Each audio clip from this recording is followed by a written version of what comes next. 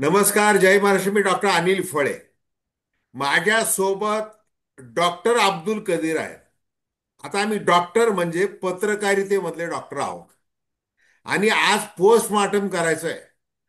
पालकमंत्री असलेले संदीपान भुमरे यांनी त्यांच्या पालकमंत्री पदाच्या काळामध्ये आपल्या चालकाच्या नावावर 150 ते 200 कोटी रुपयांची जमीन बळकावलेली आहे, असा आरोप झालेला आहे. आता हैदराबाद संस्थानातील पंतप्रधान सालार जंग यांचे वारसदार म्हणून अनेकांनी अनेक एकर जागा लाटलेल्या आहेत. त्या अर्थात जे खरे वारसदार ते वेगळे आणि जे डमी वारसदार जे आहेत, जे राजकीय आशीर्वादाने पोचलेले आहेत, वाढलेले आहेत, अशांनी शेकडो एकर जमिनी लाटलेल्या आहेत.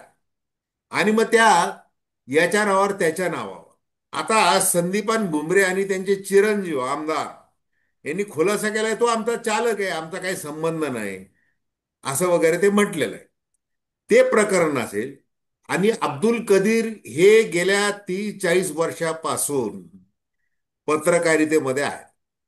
त्यांनी छत्रपती संभाजीनगर असो, पूर्ण मराठवाडा असो, अक्षरशः पिंजून काढलेला आहे. त्यांना माहिती की सालार जंग वारसदार हा घोटाळा कसा केला जातो. कांदे बटाट्याचे शिक्के वापरून कसे जमिनीचे व्यवहार आतापर्यंत झालेले आहेत, कुणी लाटलेलं आहे.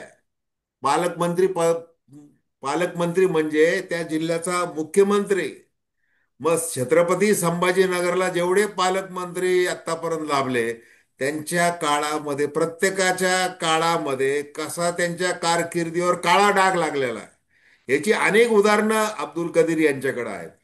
आणि आता जास्त वेळ न दवडता मी अब्दुल कदीर आपल्याला असं विचारतोय की आधी तुम्ही आमच्या दर्शकांना सांगा की हे सालार जंग काय आहे, कशा प्रकारे जमिनीचे व्यवहार होतात, ते तुमचा हिबानामा काय असतो वगैरे त्याचं व्यवस्थित सांगा. आणि माझी दर्शकांना विनंती आहे, ही चर्चा जी आहे ती वस्तुस्थितीवर आधारित असणार आहे. त्यामुळे आपल्या प्रतिक्रिया बिनधास्तपणे तुम्ही नोंदवा. आणि हे चॅनल अवश्य सबस्क्राईब करून जास्तीत जास्त लोकांपर्यंत ही चर्चा कशी जाईल, कारण सर्वसामान्य माणसाला कळालं पाहिजे. कोट्यावधींच्या जमिनी, मग त्या देवस्थानच्या इनामी जमिनी असतील, वक्फ बोर्डाच्या जमिनी असतील, त्याच्यानंतर हे सालारजंग, अशा जमिनी कशा लाटल्या जातात, काय नेमकं त्याच्यामध्ये मोडस ऑपरेंडी आहे, ती आपल्याला समजत राहील. तर अब्दुल कदीर, आता तुम्ही बोला. सर्वप्रथम डॉक्टर अनिल फळेजी आपला धन्यवाद. आपण एक चांगला विषय घेऊन आलेला आहात. हैदराबाद आणि आपला जो मराठवाड्याचा जो भाग आहे तो दक्कनचा भाग म्हणून ओळखला जातो.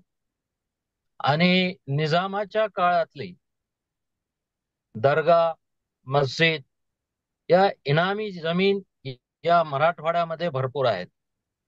आणि वक्फ केलेली जमीन एकदा वक्फ झाली तर ती विकता येत नाही.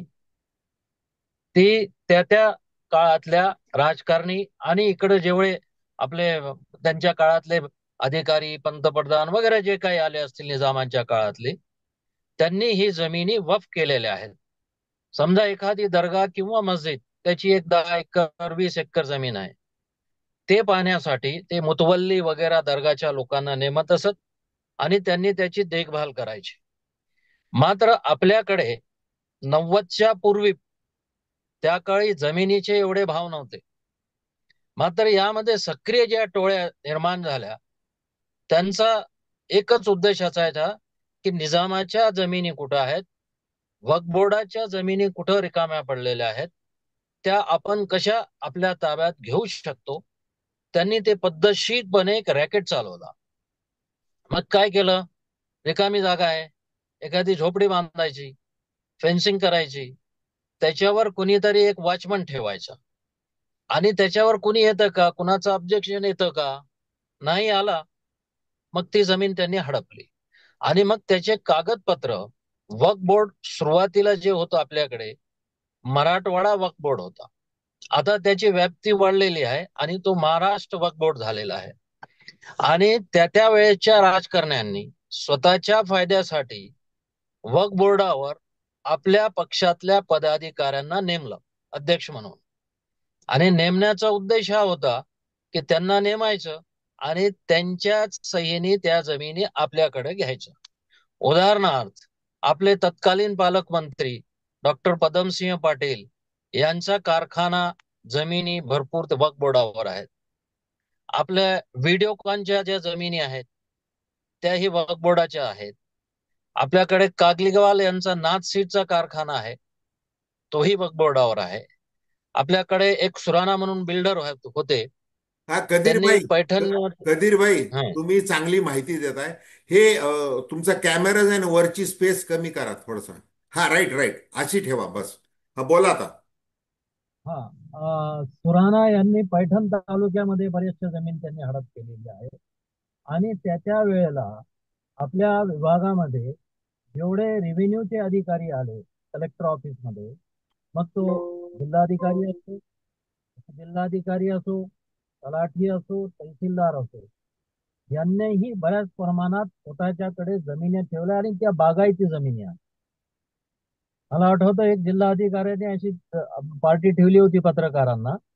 त्यांच्या शेतामध्ये गेल्यावर दोन विहिरी वगैरे सगळी बागायती शेती कुठून घेतली, कशी घेतली, मग त्यांनी हळू सांगितलं ही बघ, आणि त्याचा भाडाही फार कमी. आणि अशा जमिनी लाटण्यासाठी मग फार मोठी टोळी निर्माण झाली. आणि त्यांनी काय केलं, बटाट्याचे शिक्के तयार केले, कांद्याचे शिक्के तयार केले. त्यावेळी सर्व जो रेकॉर्ड होता आपल्याकडे तो फारसीमध्ये होता. कुणाला कळत नव्हतं फारसीमध्ये काय लिहिलेलं आहे. फारसी वाचणारे किंवा लिहिणारे फार कमी लोक होते. त्यामुळे त्याचाही त्यांनी गैरफायदा उचलला आणि तसे शिक्के तयार करून जमिनी लाटल्या, विकल्या. आणि आज त्या जमिनीची किंमत मोठ्या प्रमाणात कोट्यावधी तुमचा रुपयामध्ये आहे. व्हॉल्यूम वाढवा, व्हॉल्यूम. कोट्यावधी रुपयामध्ये आहे. आणि औरंगाबाद शहर अर्धा अधिक ह्या वक्फ बोर्डाच्या जमिनीवर आहेत. मग विलासराव पासून बऱ्याचशा मोठ्या नेत्यांनी आपल्या आपल्या मर्जीच्या लोकांना वक्फ बोर्डामध्ये बसून जमिनी लाटल्या. हे उदाहरण औरंगाबादचंच आहे. विलासरावांनी सिल्लखानामध्ये मोठ्या प्रमाणावर जमिनी हे करून आज त्याच्यामध्ये त्यांनी व्यावसायिक गाळे बांधलेले आहेत. ते आता आणि दिवंगत नेत्याबद्दल आपल्याला फारसं काही बोलता येणार नाहीये. ते नाही ठीक आहे, बोलायचं, बरोबर परंतु आहे. जी काही एक एक वस्तुस्थिती एक तुम्ही उदाहरण सांगताय, बोला बोला. एक वस्तुस्थिती एक उदाहरण म्हणून सांगितली आहे. आणि हे करत असताना आता जे प्रकरण समोर आलेलं आहे पालकमंत्र्याचे, जसं तुम्ही सांगितलं, पालकमंत्री हा फार शक्तिशाली माणूस असतो आणि तो त्या जिल्ह्याचा मुख्यमंत्रीच असतो. मग त्याच्या अधिकाधिक विभागीय आयुक्तापासून आपले कलेक्टर असो, पोलीस अधिकारी असो, पोलीस अधीक्षक, पोलीस आयुक्त, हे सर्व त्यांच्या खाली काम करतात. ते जे सांगितलं ते पूर्वदिशा ऐकतात. आणि आता जो यांचा जो प्रकरण समोर आलेला आहे की ड्रायव्हरच्या नावे सालार्जनची प्रॉपर्टी हिबानामा करून दे. हिबानामा कुणाला करून देतात? रक्तातला नाता असायला पाहिजे, हम्म. जवळचा. आणि ते झाल्यानंतर ते बॉन्डवर त्या बॉन्डची शहानिशा केल्यानंतर तहसीलदाराकडे त्यांचे वारसदार उभा केले जातात. किंवा हे सालार्जनचे वारसदार आहेत का, तुम्हाला याच्याबद्दल काही आक्षेप आहे का? त्यांचे आक्षेप नोंदवल्यानंतरच ती नावावर होते. ही जमीन कस काय झाली त्यांच्या ड्रायव्हरच्या नावे? ड्रायव्हरचा आणि सालारजंगचा काय संबंध आहे? त्यांची वंशावळी त्या तहसीलदारांनी, तलाठ्यांनी पाहिली का? जिल्हाधिकाऱ्यांनी पाहिली का? वंशावळी न पाहता फक्त पालकमंत्री होते म्हणून त्यांनी सोयीस्करपणे जो मुस्लिम आहे ड्रायव्हर याचाच फायदा घेऊन सालारजंग हा त्यांचा नातेवाईक आहे असं दाखवण्याचा जो प्रयत्न करून कोट्यावधी रुपयांची जी जमीन हडपलेली आहे ती पूर्णपणे चुकीची आहे. आणि याच्यामध्ये कुठेतरी चौकशी व्हायला पाहिजे आणि चौकशी अंती सर्व काही निष्पन्न होईल. तसेच जसा आपण उल्लेख केला वक्फ बोर्डाच्या प्रॉपर्टी, आता महाराष्ट्र वक्फ बोर्ड झालेला नाही आहे. नाही, हे जे तुम्ही याचं जे आहे साला हिबानामा करून हे ड्रायव्हरनी जे बळकावलेलं आहे भुमरेंच्या, आणि भुमरेंनीच बळकावलं, ड्रायव्हरनी कशाला. तर ते हो. 15 ते मुद्रांक शुल्क जर भरावं लागलं असतं बाजारभावाप्रमाणे, तर ते 15 ते 20 कोटी रुपयाचं मूल्य झालं असतं. बिलकुल, मग ते रेडी जमीन रेटला अशी जरा. आहे की ती जालना रोडवर हॉटेल अमरदीपच्या समोर, म्हणजे मुख्य रस्त्यावर आहे ते. त्याच्यानंतर कांडला कॉर्नरकडे जाताना ती जमीन आहे. मग Yes, त्याची बाजारभावाने किंमत पाहायला गेलं तर ती खूप मोठी आहे. आणि त्या खूप मोठी. जमिनीवर अनेक नेत्यांचा, अनेक गुंडांचा हा डोळा आहे. डोळा अनेक वर्षांपासून होता. आणि ती संदीपान भुमरे यांनी उजूक उजूक करत मध्ये काय ती उजूक अजून जमीन बळकावली त्यांनी. आणि त्यांच्यावर आहे. काय ते मद्य परवाने, 9 परवाने वगैरे असे ते उद्धव बाळासाहेब ठाकरे शिवसेनेने भरपूर आरोप केलेले आहेत. आता हे कोणत्याही पक्षामध्ये असो, म्हणजे आधी जर ह्या पक्षामध्ये होते मग ते एकदम शुद्ध होते. मग ते संत एकनाथ कारखान्यामध्ये स्लीपर बॉय होता. मग त्यांनी कसं कसं केलेलं आहे, काय केलेलं आहे.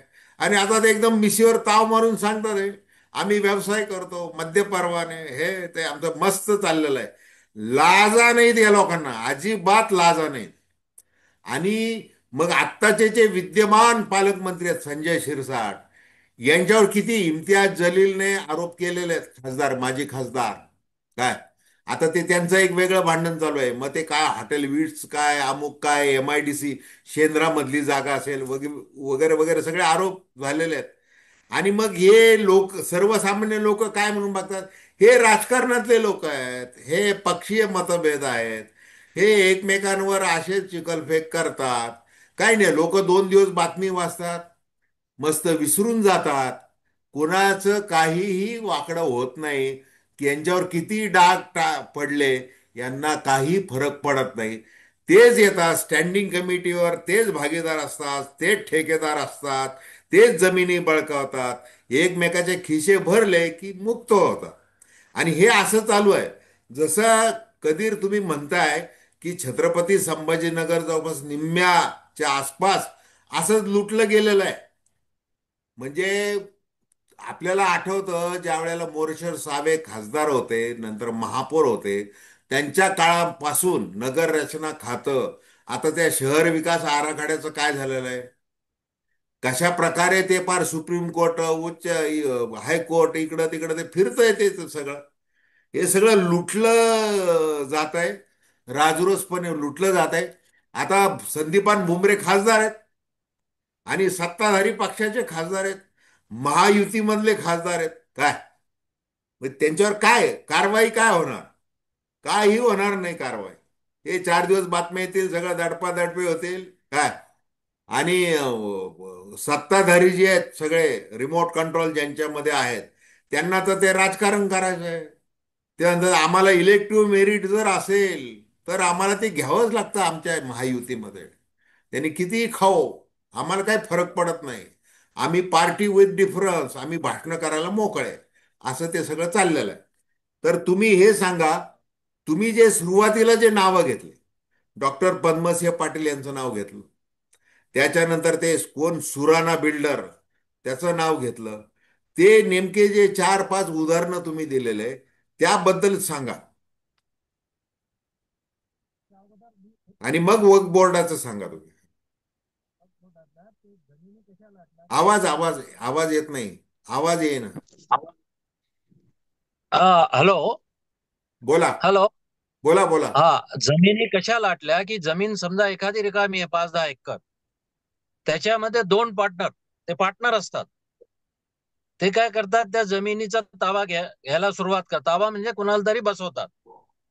आणि बसून काय करतो, पार्टनर मधला ए व्यक्ती म्हणतो माझ्याकडे त्याचे सगळे कागद आहेत, आणि बी म्हणतो नाही माझ्याकडे आहेत. मग हे दोघे मिळून कोर्टामध्ये जातात. आणि कोर्टामध्ये ए व्यक्तीकडे जे कागदपत्र असतात ते तो सबमिट करतो. आणि बी ला कोर्ट विचारतो तुझ्याकडे काय आहे. तो प्रयत्न करतो, काही दिवस कोर्ट केसेस चालतात, महिने, 6 महिने, वर्षभर. मग त्याच्याकडे कागदपत्र काहीच नसतात दाखवण्यासाठी. मग कोर्टाला काहीतरी पुरावा पाहिजे कोणाकडे तरी. मग कोर्ट काय म्हणतो, हे व्यक्तीने कागदपत्र सादर केलेले आहे, त्या अनुषंगाने आम्हाला प्रथमदर्शनी असं वाटतं की ही जागा या ए व्यक्तीची आहे, बीचा काही संबंध नाही. मग एच्या नावाने ती ऑर्डर होऊन जाते. आणि ऑर्डर झाली की मग ए बी हे दोन्ही मिळून ती जमीन विकतात. दोघांचा त्याच्यामध्ये फायदा आहे. अशा जमिनी बरेच लाटलेल्या आहेत दोघांनी मिळून. आणि मी जसं जे 2-3 नाव सांगितले, जसं सुराणा बिल्डर, त्यांची पैठण तालुक्यामध्ये शेती आहे वक्फ बोर्डाच्या जमिनीवर. त्याच्यामध्ये एक ईदगाहची भिंत होती. ते त्या समोर ते गुरं बांधत होते, आणि ते गुरं बांधल्यामुळे ती भिंत पडली. आम्हाला माहित झालं त्यावेळेस, आम्ही विश्वमित्र पेपरला होतो. आम्ही त्या ठिकाणी गेलो, सगळे फोटो वगैरे पाहिले, काढले, छापले. पोलिसांना शेवटी कारवाई करून त्या सुराणा बिल्डरला अटक करून घेऊन जावं लागलं कोर्टामध्ये. ते एक प्रकरण.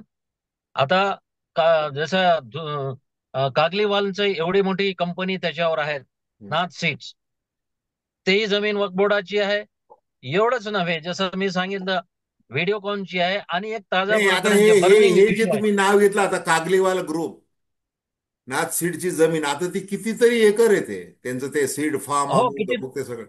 आता हे येस, येस, लिगल, येस. त्याचं आता ते कसं आहे की लिगल स्टेटस काय आहे, तुम्ही जे आता म्हणताय सरळ वक्फ बोर्ड वगैरे, त्याचं लिगल स्टेटस या क्षणाला काय आहे? लिगल इस्टेट हे तीच जमीन वक्फ बोर्डाचीच आहे. आणि हे काहीतरी नाममात्र लीज भरत होते पूर्वी. मात्र जेव्हा हे स्टेट बोर्ड झाला वक्फ बोर्डाचा, मग त्यांनी सर्व रेकॉर्ड हंगावून काढला, कोणाकडे किती जमीन हे पाहिलं. आणि मग त्यांनी त्यांची जे लीज होती प्रत्येक वर्षी जे भरून घ्यायची होती, ती काहीतरी वाढवलेली आहे. मात्र तीही आजच्या ज्या किमती आहेत, भरमसाठ कोट्यावधी वाढलेल्या आहेत, त्या अनुषंगानेही कमी आहे. आणि त्या जमिनीवर हे राजरोसपणे आपला ऐश करतायत, कंपन्या बांधून स्वतःला उद्योजक म्हणून मिरवतायत. दुसरं एक सर्वात मोठं उदाहरण आपल्याकडे आलेलं आहे, मुंबईचं अँटेलिया. आज कोर्टामध्ये प्रकरण आहे. आपण त्याच्यावर जास्त भाष्य करू इच्छितो नाही, की करू इच्छितो, करू शकतो माहित नाही. परंतु एक मोठा उद्योगपती देशातला किंवा जगातला, अंबानी सारख्या व्यक्तीकडे अँटेलियाची जागा जी आहे ती वक्फ बोर्डाची आहे.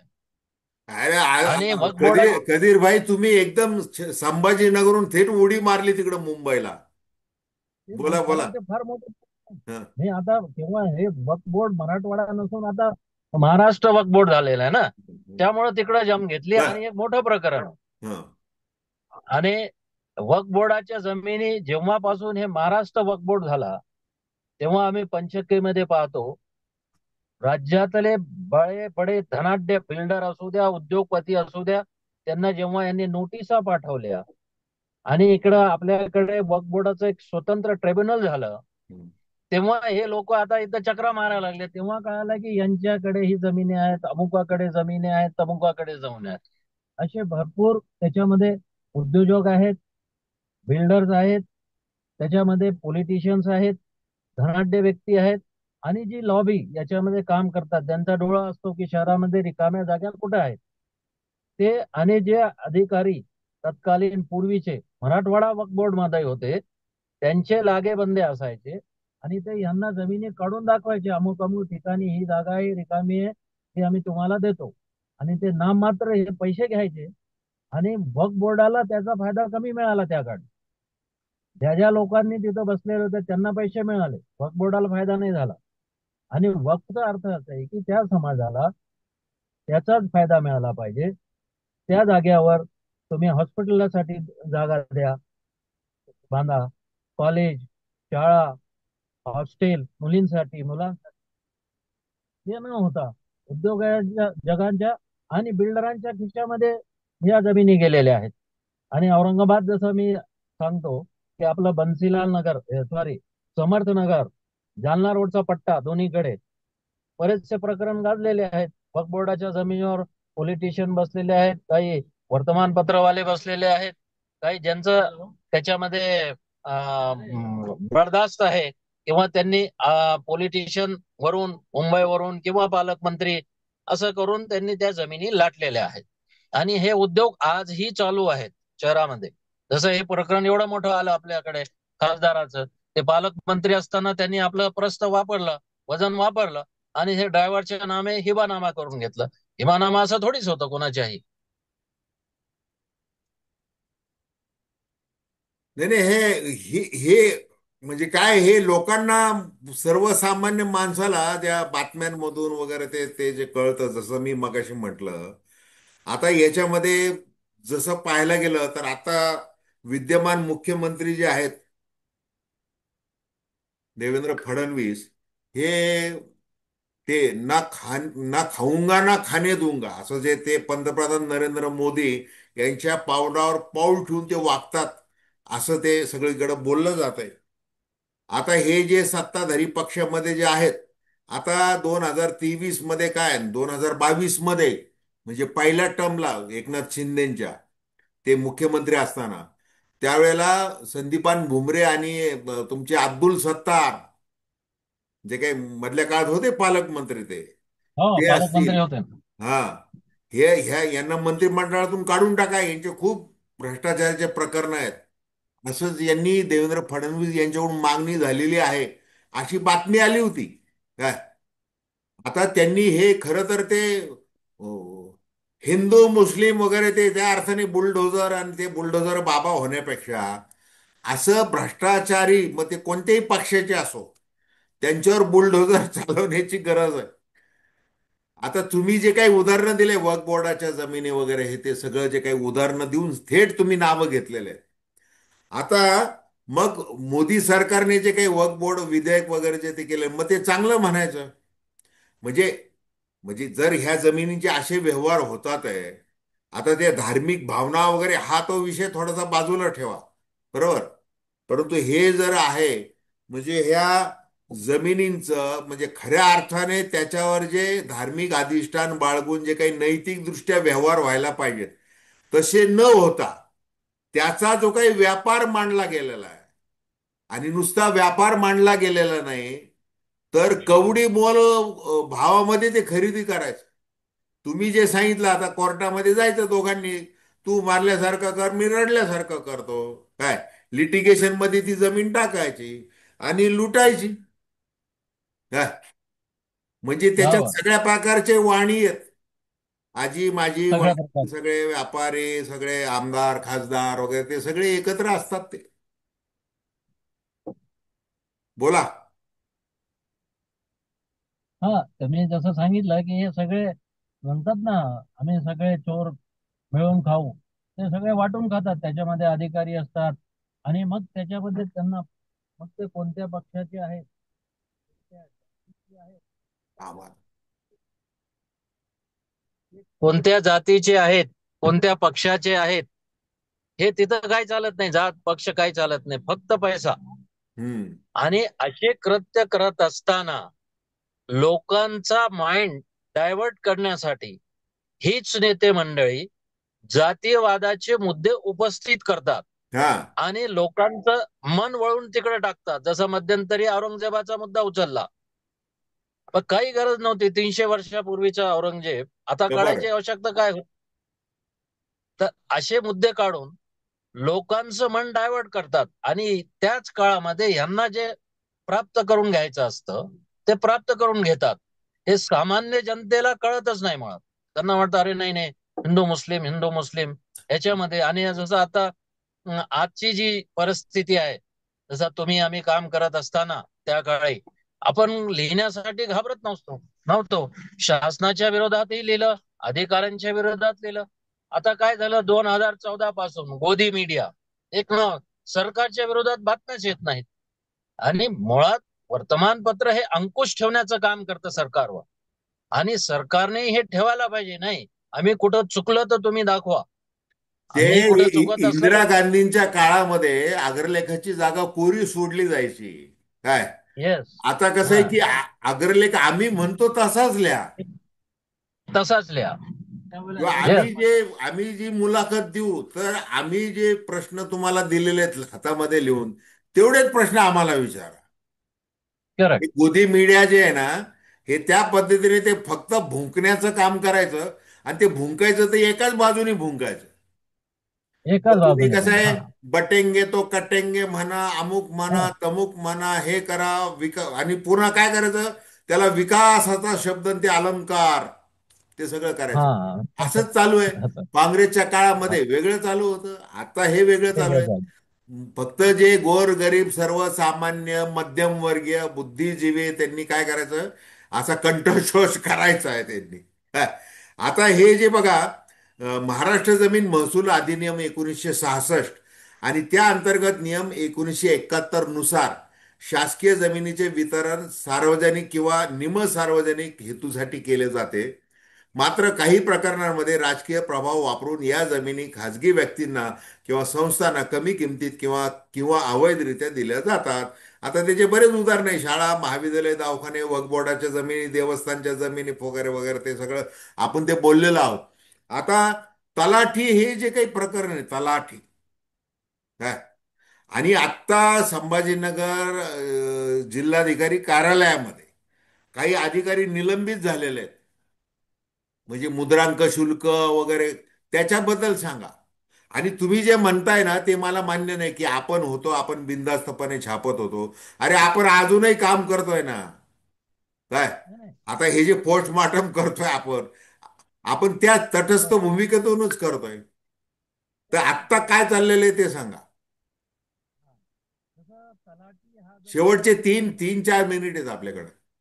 हा, जसं तुम्ही तलाट्याचा जो उल्लेख केला, हा. आपल्याकडे एक जिल्हाधिकारी होते संजय कुमार, आणि नंतर ते विभागीय आयुक्त पण झाले. त्या पण, आणि तत्कालीन उपमुख्यमंत्री. हॅलो. हा बोला, आता बोला. आपल्याकडे एक संजय कुमार नावाचे जिल्हाधिकारी होते, आय एस होते. ते बीडलाही जिल्हाधिकारी होते, नंतर विभागीय आयुक्तपदी आले आपल्याकडे. आणि जेव्हा गोपीनाथराव मुंडे उपमुख्यमंत्री झाले, ते आपले पीएस म्हणून त्यांना मुंबईला घेऊन गेले. पण जाताना जेव्हा कलेक्टर म्हणून त्यांची बदली झाली, त्यांनी पत्रकारांना असं चहा पाण्यासाठी बोलवलं होतं. गप्पा गोष्टी सहज चालू होत्या. तर आपल्यापैकी एका पत्रकाराने विचारलं, साहेब तुम्ही या सिस्टीम मध्ये काम करत असताना सर्वात जास्त तुम्ही कुणाला घाबरता? तर त्यांनी इतक्या पटकन उत्तर दिलं की आम्ही फक्त तलाठ्यांना घाबरतो. तर सगळे बुचकळ्यात पडले की मग तलाट्याला का घाबरता? बाकीचे राजकीय पुढारी आहेत, मंत्री आहेत, पालकमंत्री आहे, अधिकारी. नाही म्हणलं, तलाठी हा जो प्राणी आहे, कोणाची जमीन केव्हा कधी कोणाच्या नावावर करेल हे आम्ही सांगू शकत नाही, आणि शेवटी ते प्रकरण मिटवण्यासाठी आमच्याकडे येतो. मग आम्हाला सर्व ते निस्तारीत बसावं लागतं. त्यामुळे आम्ही त्या तलाट्याला घाबरतो. आणि आता मध्यंतरी बरेचसे तलाठी लाच घेताना पकडलेले आहेत. आणि आजही फेरफारसाठी सर्व कागदपत्र आहेत, रजिस्ट्री आहेत, सर्व कागद आहेत. फक्त नावावर 7-12 करून देण्यासाठी 5 ते 10 हजार रुपये जोपर्यंत तलाठ्याला दिले जात नाही, नावावर होत नाही कागद. आणि त्यांना सवय कोणी लावली? हे बिल्डर आणि मोठे धनाढ्य लोकांनी. ते लगेच खिशातून पैसे काढून देतात. त्यांना सवय लागली की प्रत्येकाकडून पैसे पाहिजे यांना. हम्म. आणि मध्यंतरी आपल्याकडे 2 अतिरिक्त तहसीलदार पकडले गेलेले आहेत लाचेच्या प्रकरणामध्ये. जिल्हाधिकारी. दौलताबादच्या प्रकरणामध्ये, हम्म. हा, ह्याच्यामध्ये. आणि नंतर आता एक आरडीसी पकडलेले गेले आहे. हा. म्हणजे रेव्हेन्यू मध्ये सर्रासपणे जमिनीचे फेरफार, उलाढाल करण्यासाठी तलाठी, अतिरिक्त तहसीलदार, आणि उपजिल्हाधिकारी स्तराचे अधिकारी वारंवार ते लाच घेताना पकडलेले आहेत. त्यामुळे हे निष्पन्न होतं की जमिनीच्या किती मोठ्या प्रमाणात फेरफार होतात. आणि जे प्रकरण समोर आलं ते समोर आलं, नाही तर ते दबलेलं आहे ते दबलेलं आहे. आणि आजही तुम्ही जर चक्कर मारली जिल्हाधिकारी कार्यालयामध्ये, तलाट्याच्या कार्यालयामध्ये, अतिरिक्त जिल्हाधिकारी, आणि जिथं रजिस्ट्री होते तिथं त्या गँग बसलेल्या असतात, त्यांच्या प्लॉटच्या खरेदी करणारे. त्यांचा डोळा असतो कोण आलं, कुठं जमीन आहे, कुठं फेरफार चालू आहे, कुठं काय आलं. त्यांची लिंक असती, माणसं सोडलेली असतात, लगेच फोनाफानी होते. आणि मग अधिकाऱ्याला कसं मॅनेज करायचं, ती टोळी वेगळी असते. बरोबर अधिकाऱ्यांना, आणि जे अधिकारी बाहेर बसण्याच्या रात्रीच्या वेळी ढाब्यावर इकडे तिकडे बसून दारू पार्ट्या वगैरे झोडतात, आता त्यांना मॅनेज करतात आणि मग आपल्याला जे हवंय ते मिळून देतात. हा प्रकार सर्रास संबंध महाराष्ट्रामध्ये चालू आहे. अगदी 100% आणि म्हणजे मी त्याच्याशी सहमत आहे. पूर्ण महाराष्ट्रात काय, हे सगळीकडेच राजरोसपणे चालू आहे, पूर्ण भारतामध्येच चालू आहे. भ्रष्टाचार हा तर मोठा रोग आहे. आणि जे राजकारण्यांना ज्यांनी पूर्ण कमरेचं सोडलेलं आहे राजकारण्यांनी काय, त्याच्यामुळे तुम्ही ओरडा आरडा करा. आम्ही कसे, आम्ही सगळे मिळून भाऊ भाऊ आहे, आम्ही खाऊ काय, हे सगळे नाटक करू, असंच ते सगळं चालू आहे. आणि जमिनी लुटल्या जातात आहे, सर्वसामान्य माणसाला लुटलं जात आहे, सगळीकडे होत आहे. 500 रुपयाची लाच घेणाऱ्या माणसाची आबरू काढली जाते, ताबडतोब लाचलुचपत खात्याचा अधिकारी लगे प्रेस नोट काढतो. परंतु कोट्यवधी लगेच रुपये काढ. हे जे खातात काय, त्यांच्याविषयी काही बोललं जात नाही. काय बोललं जात. काही बोललं जात नाही, काही होत नाही. आज काय संदीपान भुमरे, मग काय संजय शिरसाट, मग काय इम्तियाज झाले, मग काय हे आता हे चंद्रकांत खैरे, ते देखील होते ना पालकमंत्री काय. हम्म. म्हणजे त्यांच्या काळात काहीच झालेलं नसणार वगैरे असं काय, असं खात्रीने म्हणता येत नाही काय. सगळ्या बरोबर. सगळे हम्म. सगळे सब घोडे 12%. हो, हो, हो. म्हणजे आता काय, काही गोष्टी आहेत त्या, म्हणजे जरी आपण इतकं मनमोकळं बोललेलो आहोत काय, तरी देखील अनेक फाईल अशा आहेत की त्याच्यावर वाच्यता न केलेली बरी. त्याच्यावर कोणाचं नाव बरोबर, घ्यायचं अगदी काय आणि बरोबर. काय वगैरे. कारण की आभाळ इतकं फाटलेलं आहे, शेवटी लोकांमध्ये उदासीनतेची भावना अजून येऊ नये म्हणून काही गोष्टींना हम्म. बोलता येत नाही एवढंच. तर धन्यवाद खरंय. कबीर. तुम्ही वेळ दिला, तुम्ही प्रवासात होते, मग तुम्हाला तुम्ही थांबले आणि एवढा वेळ दिला आणि बिनधास्तपणे तुम्ही काही उदाहरणं दिलेले आहेत. माझी दर्शकांना जाता जाता पुन्हा एकदा विनंती आहे की आपल्या प्रतिक्रिया बिनधास्तपणे नोंदवा आणि हे चॅनल अवश्य सबस्क्राईब करा. आणि अब्दुल कदीर यांनी जी दिलेली माहिती आहे ती अनेक लोकांपर्यंत पोहोचण्यासाठी हे शेअर करा हा व्हिडिओ. एवढंच. धन्यवाद. धन्यवाद. थँक्यू.